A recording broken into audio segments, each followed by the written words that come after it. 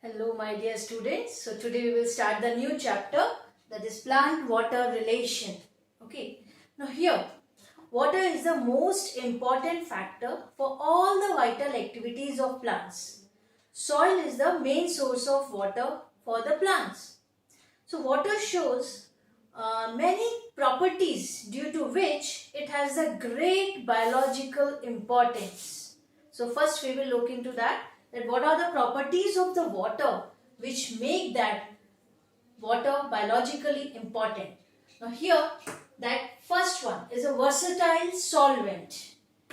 Water is having high specific heat, high heat of vaporization, freezing and expansion of the water, good adhesive and cohesive force of that water molecules, and its surface tension. So these are the properties because of which water is having the great biological importance. Okay. Now, as we know that soil is the main source of water for the plants.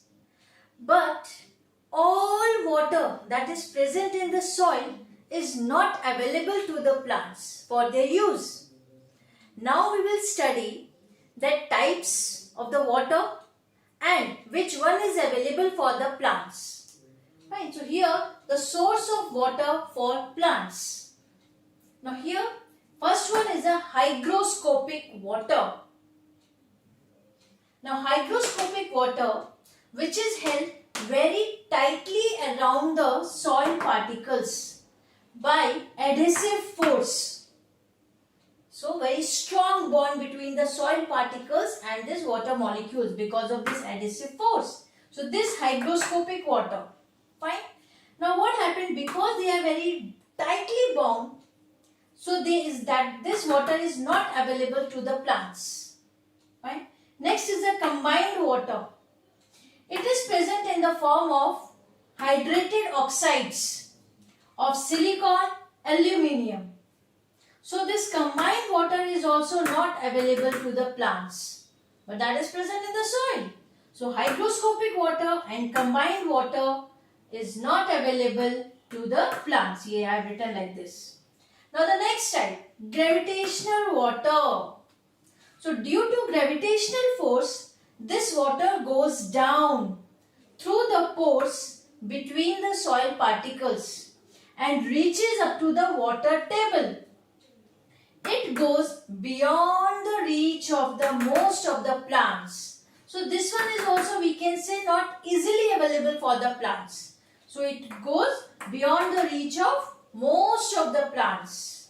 Okay. Now come to the next type, which is very important, capillary water.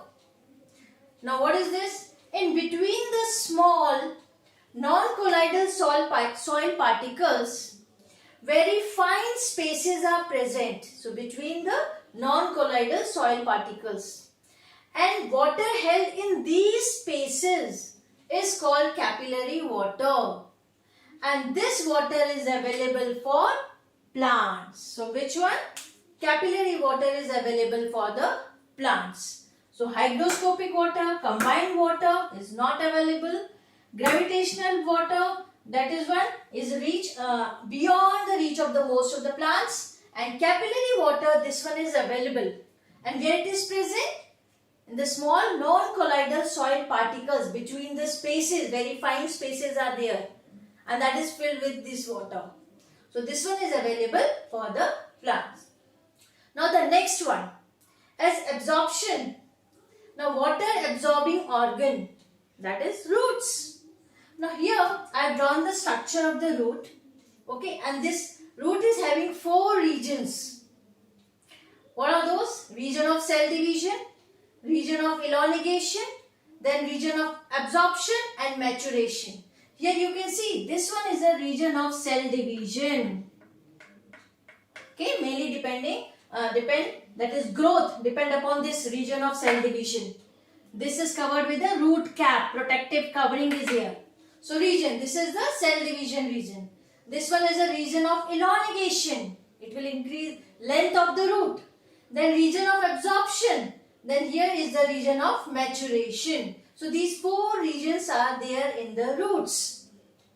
Now, absorption of water occurs through the root hairs. So, from here, that is region of absorption where the root hairs are present. Here, this portion of the root, they absorb the water from the soil.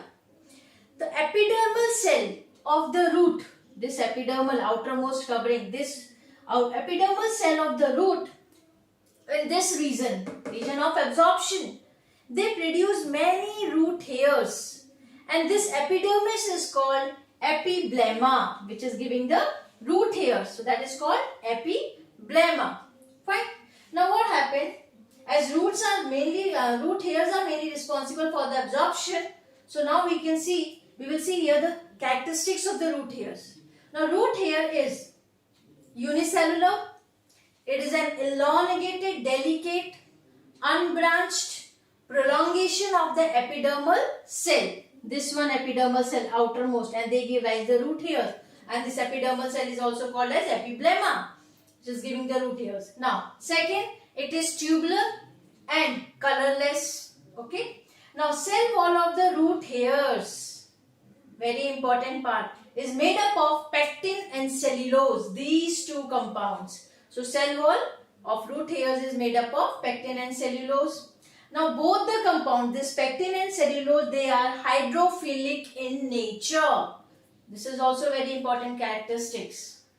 Now, what happened? This root hairs is having outer covering cell wall, and internal to the cell wall, this one, internal to the cell wall, they have the plasma membrane. Now, cell wall is freely permeable to both solutes and water. So, here cell wall is freely permeable. But internal to cell wall, what is present? Plasma membrane. Plasma membrane is selectively permeable. So, these are the important characteristics of the root hair, because root hairs play very important role in the absorption of water from the soil, and this is present where the region of absorption of this root. So, up to here we have studied about that sources of water for plants, which type of waters are present, which one is available for the plant, which one is not available for the plant.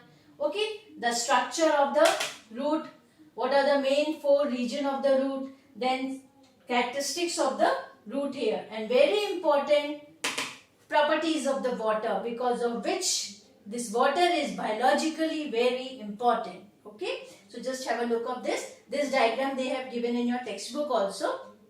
Thank you.